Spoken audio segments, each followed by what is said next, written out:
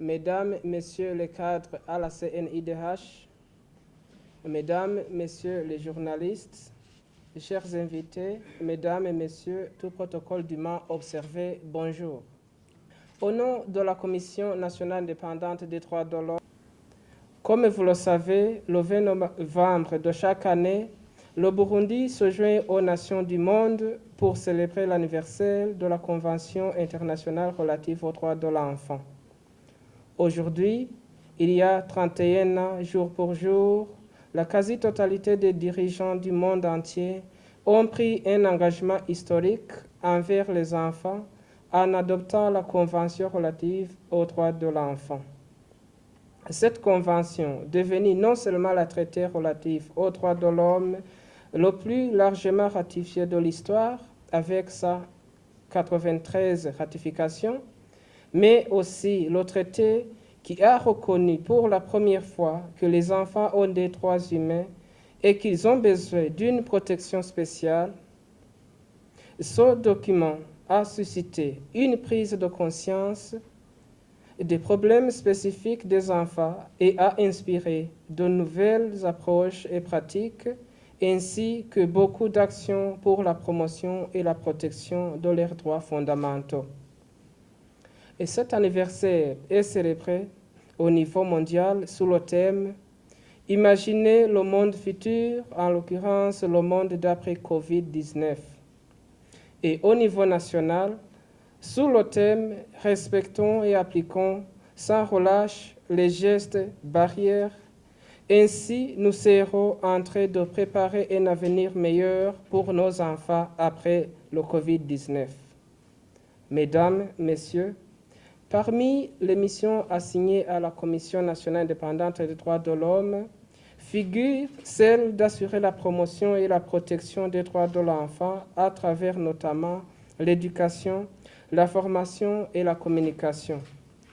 C'est dans ce cadre que la Commission nationale indépendante des droits de l'homme a jugé bon de se joindre au gouvernement du Burundi et au reste du monde pour célébrer ce 31e anniversaire de la Convention de l'enfant en organisant cette journée d'échange sur le thème 30 ans après la ratification de la Convention des droits de l'enfant par le Burundi, avancées et défis.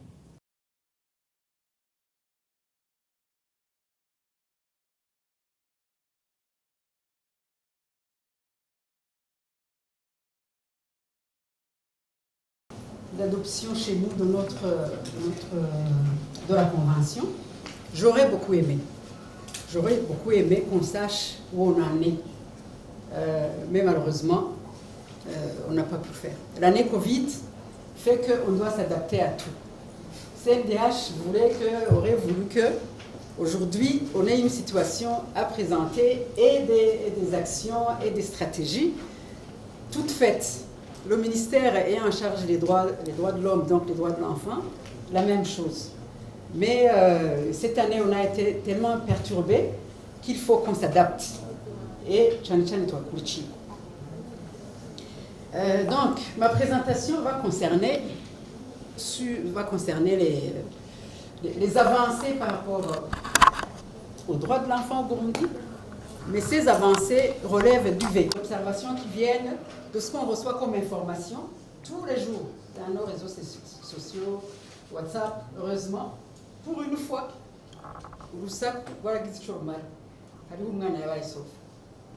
Et donc, alors, dans ma présentation, comme on parle de l'enfant, j'ai commencé par définir l'enfant. C'est le rappel, tout le monde sait ce que c'est l'enfant. Ce n'est pas évident. L'article 1er parle d'un enfant comme tout être âgé de moins de 18 ans, sauf si la majorité est atteinte plutôt en vertu de la législation qui lui est applicable. Ça veut dire que dans certains pays, il y a une autre majorité. Ça peut ne pas être 18, ça peut être 15, parce que la législation nationale en a décidé ainsi. Chez nous, on en avait à un moment, autour de 4, il me semble. On avait une majorité matrimoniale. On a toujours 2 majorités matrimoniales. Une pour les garçons, une pour les filles. Alors que ce sont des enfants. Mais ça arrive comme ça. Avec la convention, avec la ratification, on tend vers une harmonisation vers les 18 ans. Mais ce n'est pas toujours comme ça. Et donc, c'était un petit rappel et je ne vais pas m'y attarder. Je rappelle aussi les grands principes directeurs de la Convention nationale des droits de l'enfant. Parce que c'est de là que tout découle. Le principe de la non-discrimination. Tout à l'heure, je parlais, il n'y a même pas une minute, je parlais de majorité matrimoniale qui est différente pour les garçons comme pour les filles. Là, on est déjà dans la discrimination. Ça veut dire que dans le travail que nous devons faire au niveau du Burundi, il faut qu'on puisse arriver au principe de non-discrimination qui est connu de tout le monde. Donc, on doit parler le même langage. Twice. Le principe de l'intérêt supérieur de l'enfant. Ça veut dire que dans toute décision, nous, parents, pour les frères et sœurs, pour les institutions comme la CNIH, pour les organisations de la société civile, pour les journalistes, pour les autorités politiques, tout le monde, on doit, dans toute décision qu'on doit prendre, on doit mettre, quand ça concerne l'enfant, penser, est-ce que c'est dans son intérêt supérieur? Est-ce que si j'empêche à mon enfant de regarder la télé, peut-être, pendant que moi je veux regarder les nouvelles, ou que peut-être l'enfant voulait regarder un diplôme pour regarder à Mouchi. Chacun kuraba wewe dessin animé. Donc j'ai envie de dire est-ce que c'est dans mon intérêt propre? Quand tu restes tout. Alors pour la petite histoire, les papas sont encore plus parce que les papas en général regardent les nouvelles en kirundi, les mêmes nouvelles en français, et si ça vient en anglais, ils vont regarder.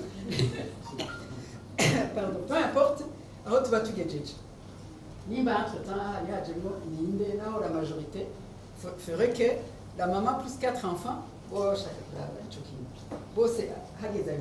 faut changer, il faut donner d'abord c'est lui qui détient la télécommande, donc et il faut respecter. Et moi, je sais, est-ce que dans l'intérêt supérieur, si on décide de l'amener à l'école, est-ce que c'est dans son intérêt futur? Si on est dans son intérêt futur, supérieur de l'enfant. Principe du droit à la vie. Le président, il y a les abus c'est d'éviter qu'un enfant meure. Dans tout ce qu'on peut faire, il faut éviter. Il a droit à la vie. L'enfant conçu, nous les juristes, on dit que l'enfant conçu, c'est déjà un être humain.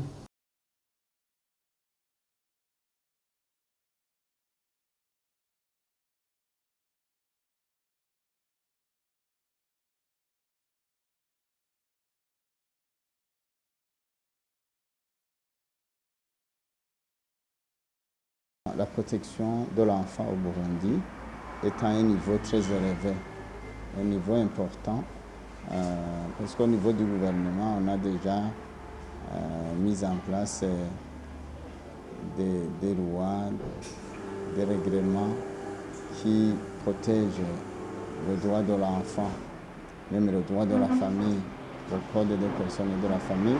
Même dans le code pénal, il y a des dispositions qui protègent l'enfant, qui protègent la famille. Il y a tout simplement un problème qui concerne la compréhension de la culture et la tradition. Alors, il y a une certaine incompréhension qui existe dans l'esprit des gens, surtout dans l'esprit de certains Burundais. Une incompréhension qui réside au niveau de la perception d'un Burundais sur la protection des droits de l'enfant. Par exemple, les parents burundais investissent pour avoir beaucoup d'enfants. Une famille qui a beaucoup d'enfants pense que c'est une richesse. Ça, c'est la culture et la tradition burundaise. Il y a d'autres personnes qui pense qu'il faut avoir peu d'enfants pour s'enrichir aussi. Chacun investit de sa façon. Il y a ceux qui investissent pour acheter des propriétés. Il y a d'autres qui investissent pour se marier, donner naissance à beaucoup d'enfants. Au Burundi, en principe, l'intérêt supérieur de la nation n'est pas compris comme à la culture européenne ou à la culture occidentale ou américaine. Donc, les Burundais, la culture et la tradition burundaise semblent faire croire que la famille heureuse est la famille qui a beaucoup d'enfants. Ça, c'est la compréhension des aïeux, des ancêtres. Et la question qui se pose, est-ce que la culture et la tradition est en contradiction avec les lois, les droits qui protègent l'enfant? Non, il n'y a pas de contradiction. Mais la culture et la tradition, c'est pour un pays, et le pays doit tenir compte de la culture et de sa culture et de sa tradition pour éduquer l'enfant.